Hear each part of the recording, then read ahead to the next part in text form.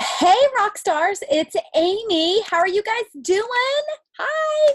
Thank you for joining me tonight. This is our Love Your Guts live, and I am just going to wait a couple seconds for people to join me. Oh my goodness, I have this huge reflection in these glasses. How do people with glasses do this? Because I can't do that. That's a big reflection. Hey everyone, so tonight is our Love Your Guts training. I'm just gonna pop over here and just make sure really quickly that I am on our team page and not on my personal page because I wanna make sure you guys can see me. Yay, there I am. Hey everyone. So many of you have started Plexus this month. In fact, we have almost 100 new ambassadors on the team. I am so excited. And I know when I first started Plexus, I knew nothing about the microbiome, gut health, candida. These words were foreign to me. In fact, I thought a leaky gut was something that only certain people got that required surgery, or it was something I didn't even really know. I just knew they were really sick. And I had no idea that most of it actually applied to me. So tonight we are going to talk about our microbiome and our gut. And we're going to talk about what it is, where it comes from, how you get it, how it's affected, and then we're going to talk about how Plexus can help so many things. I remember when I first started Plexus, you see all of these incredible testimonies, right? Everything from people getting help with migraines, acne, IBS, anxiety, asthma, to weight loss and energy. And you think, oh my goodness, is there anything Plexus cannot help? I had a friend, Brian, he's on the team now. He messaged me at one point before he had tried our products, and he was like, my lawnmower's broken. Can Plexus help that too? And I thought that was really funny. But the reason our products can help so many things for so many different people is because of our microbiome and our gut health. That is the reason why. So many things are tied to it. So I'm actually going to share my screen so you don't have to see me the whole time. I have a little presentation. We're going to talk about loving your guts. And I promise you guys, you are going to be blown away when you see some of this information. So let me just get this going really quickly so you can see it. And I should still be in this little square. So if you have any questions tonight, just pop them in here. I will check them out. Okay. So what the heck is up with our gut? Because before Plexus, when I thought of our gut, I really just thought of like my stomach and my intestines. I knew there was some bacteria in there, but I didn't know anything about it. Did you guys know that our gut is actually so important? And research has now shown and proven that it controls so many things in our body that Harvard has wanted to rename our brain and our gut into one system. Harvard actually calls our gut or our microbiome the second brain because it really controls so much. It's full of microorganisms, and it actually contains 90% of all bacteria. There are actually more bacteria cells in our entire body than there are human cells. How cool is that? It actually outnumbers them 10 to 1. So when you look at our bodies, we are 90% bacteria. And when you think of what happens when that bacteria gets altered or out of balance, when you start to understand our gut, it's really no surprise then that all of these things happen. They play a vital role. We actually couldn't survive without them, but the problem becomes when they get out of balance, right? So the human microbiome, they actually have what's called the Human Microbiome Project. You can find it on the internet. Many of you guys are probably familiar with the Human Genome Project when they went to map all of the human genes, right? They used that to help with diseases. I think that's where they found kind of that breast cancer gene. Well, they did the same thing with the human microbiome. It's called the Human Microbiome Project. And that's when they found all of the different species of bacteria that live among us, right? In our mouth, in our respiratory system, that's its own microbiome. Our stomach is its own microbiome, our intestines, our urogenital tract, even our skin is its own microbiome. So the Human Microbiome Project is actually doing a census of all of these, and they're sequencing them just like they did human genes. So it's really, really incredible because of that, all of the things that we now know coming out of that project, right? And, you know, Hippocrates, he was a philosopher. He's considered the father of modern medicine.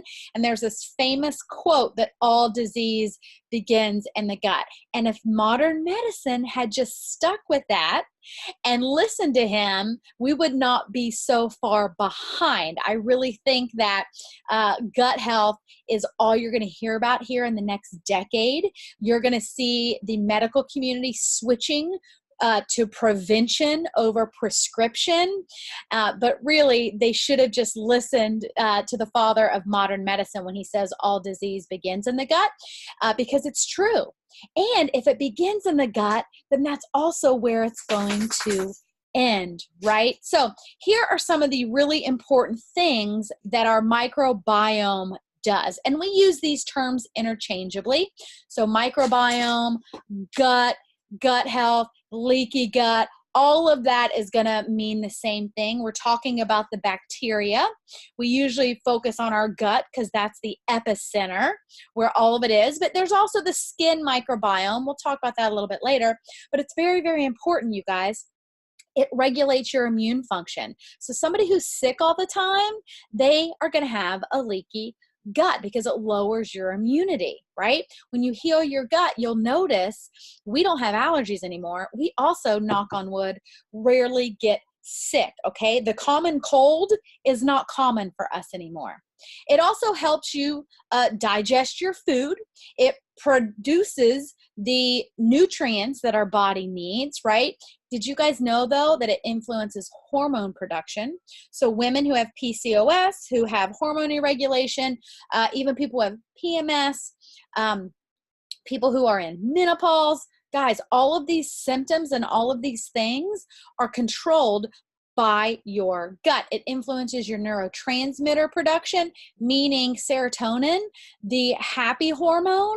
It actually, guys, a lot of people, you connect it with our brain because serotonin, right, is linked to how you feel, to depression, to anxiety. It's actually made in our gut. The serotonin is produced in our gut. So when the gut is out of whack, then it's going to affect your brain and your mood. It also impacts nutrient absorption. So I'm someone who has thyroid disease, and part of that disease is I don't absorb nutrients the way I should.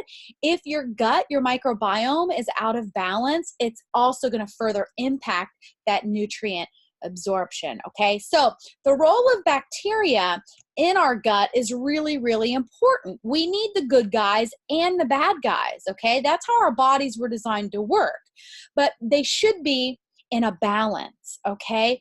The balance of that is critical. Because of modern day life, we are all out of balance, right? Because if you're too high or you're too low with that good bacteria, then it'll produce things in your body you don't want, toxins, carcinogens. And when this gets out of balance, that's when that bad bacteria, you'll also hear us call it Candida. That's a specific common strain of that bad bacteria. You'll also hear us call it yeast. We use all of those terms interchangeably. But when that gets out of balance, meaning it's overgrown, you have too much of it, it actually has been linked to cancers, mood disorders, IBS, Crohn's, colitis, autoimmune disease, migraines, mood, sleep regulation, pain sensitivity. That is why right there, you guys, that is how Plexus helps so many different things, because we help get the body back into balance. We help our body get back to being and functioning the way it was made to function, okay? So where in the heck, though, does the microbiome begin? Where do we get it? Are we born with it? Do we get it when we're kids? Is it constantly evolving? Here's the thing. The microbiome, you do get it from your mother, okay? You get it during childbirth. That's where it begins. All of the good bacteria and the bad bacteria that's in your gut, you inherit it from your mom. So if your mom already has an imbalance or a leaky gut, you are inheriting that already, okay? You also get your first gulp of your good and bad bacteria as you come through the birth canal and as you breastfeed, okay? As you breastfeed, the babies are getting the required bacteria for a healthy gut. Now, in modern day life, through no fault of our own, many of us do not breastfeed. Many of us do not have a natural childbirth. We formula feed and we have to have a C-section.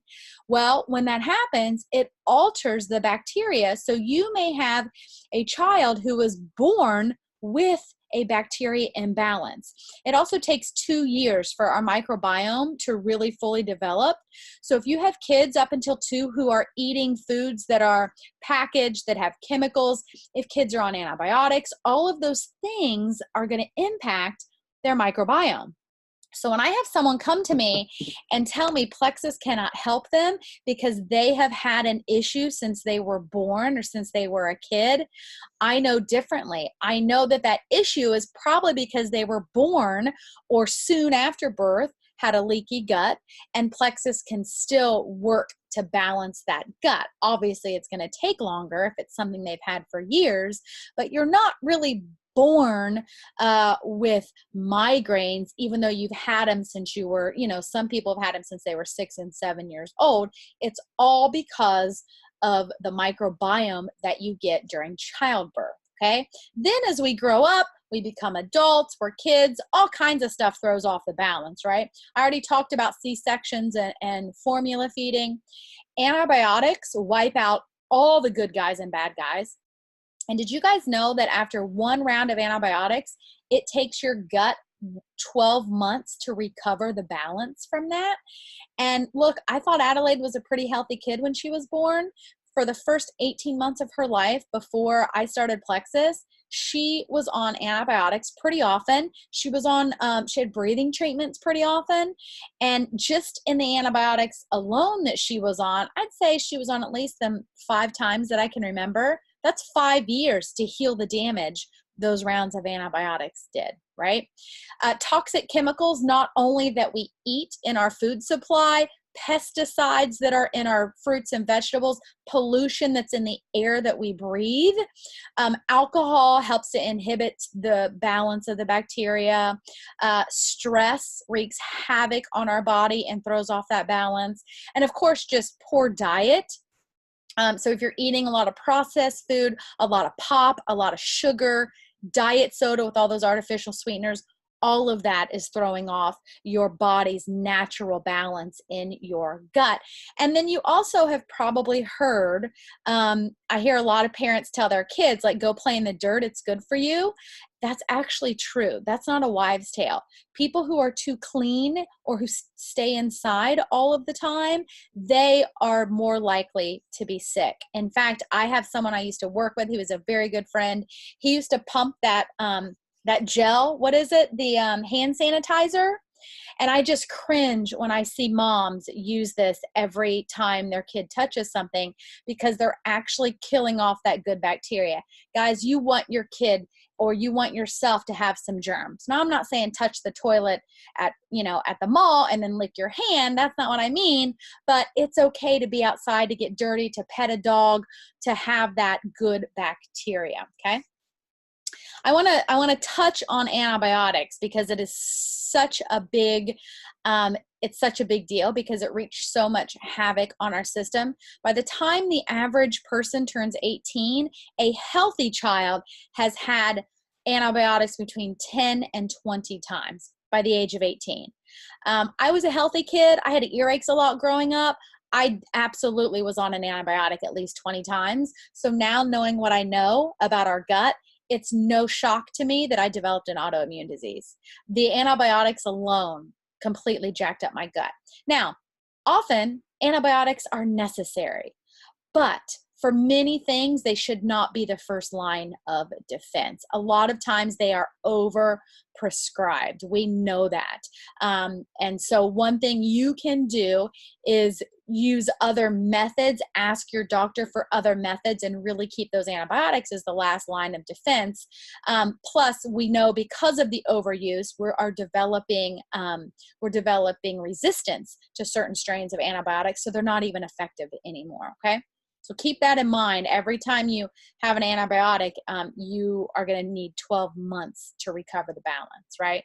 So then what happens when you do have that unbalance? Because look, none of us are cooking our own food that we're growing in our own garden with non-polluted soil and water, right? We are all human. Not only are we things out of our control, like breathing polluted air, but look, I'm going to eat a Dorito.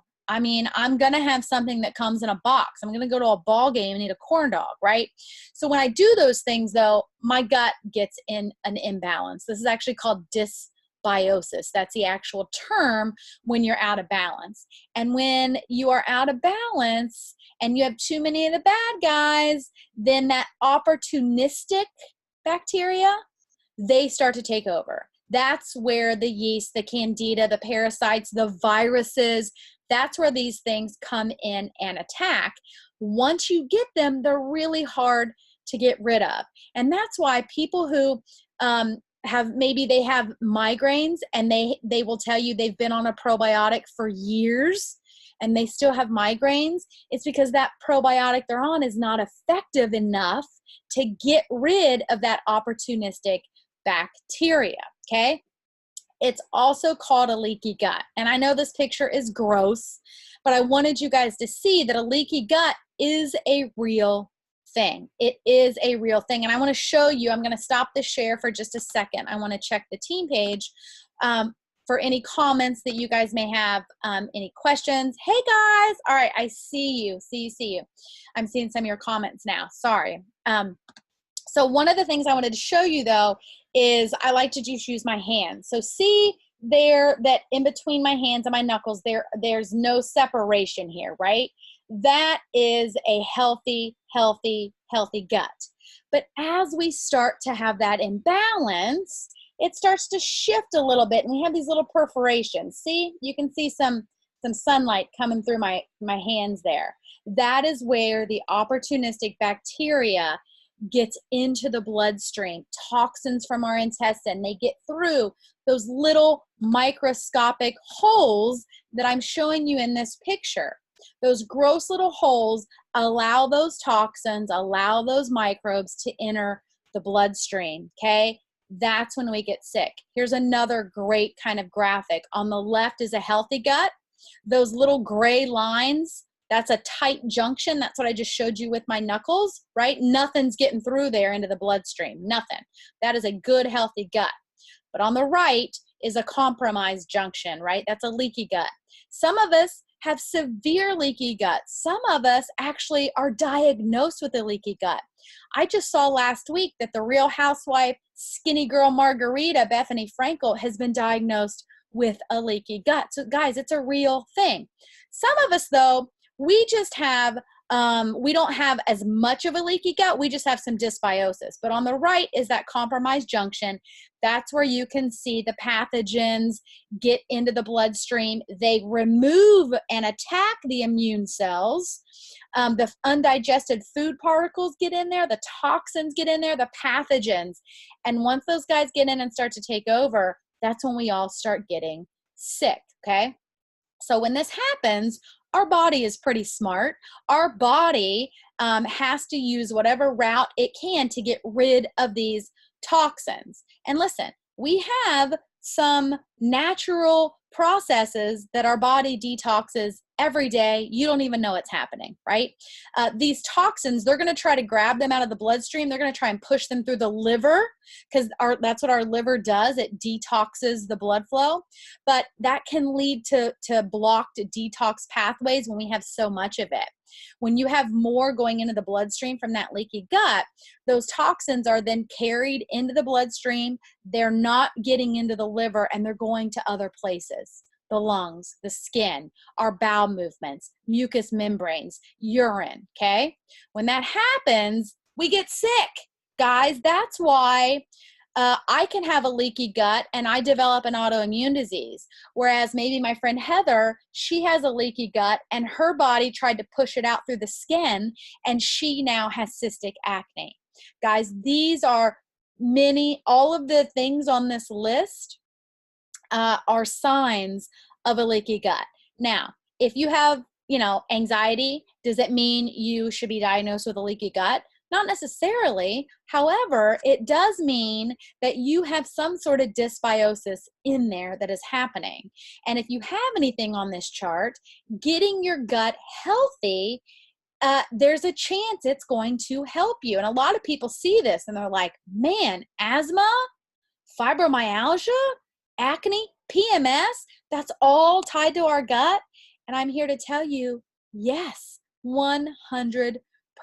I mean, where was this when I was in high school and having cramps and having to lay on the couch with a bar of chocolate and a heating pad? Hello, I don't have that anymore. Now my gut's healthy. It's just mind-blowing how our bodies react. And listen, just because my body doesn't do that anymore, it doesn't mean everyone's healing is going to be the same either. So how do we fix a leaky gut? Of course, we're going to talk about our products, but guys, our products are just one tool in your toolbox. I always like to say you can't build a house with just a hammer. You can't have a healthy body and a healthy life with just going to the gym, with just eating right, with just supplements. You need the trifecta of all of them. And if anything, if you're going to cut one of them out, I would tell you to cut out exercise. Some people wouldn't, but I would tell you to make better food choices and take your supplements, right? Diet. Guys, if you have a leaky gut or you have a dysbiosis, you got to cut out the sugar. You got to limit the sugar. It is the number one reason why we are sick, we are overweight. Sugar is more addictive than cocaine to our brain, and it feeds all of that opportunistic bacteria. It feeds it, okay? Another thing you can do is, like I said, maybe if you need an antibiotic or an anti-inflammatory, try something else first. Avoid them as much as you can. Those lead to that dysbiosis. As far as an anti-inflammatory, the minute I was able to get Steve off of his daily Motrin and Advil and put him on ease, we could see changes because of those long-term effects. And here's the other thing, guys. When you have a candida overgrowth, you can't just take a good probiotic with lots of strands of bacteria. It doesn't matter if you've got 500 billion CFUs. All that does is it tries to crowd out that opportunistic bacteria. You need an antifungal to get in there and just kill the bad guys off. And you need enzymes in there to get rid of them, okay? Crowding them out isn't going to do it. In fact, oftentimes when you try to crowd them out, it just makes those bacteria angry, and they start even trying to multiply harder, quicker, faster, more often, right? So you certainly can heal a leaky gut. You can reset that balance. You can get back into the balance you were supposed to have, but it's going to take time. So if you come to us and you tell me you want help with your migraines or anything that is a sign of a leaky gut, and we get you started on the triplex, you need to give it time. Think about all of the things I just shared. We have our microbiome, we have gotten it since birth. We got it since birth, okay? We have been, out of balance. For me, when I started Plexus, 41, 49, I was 37.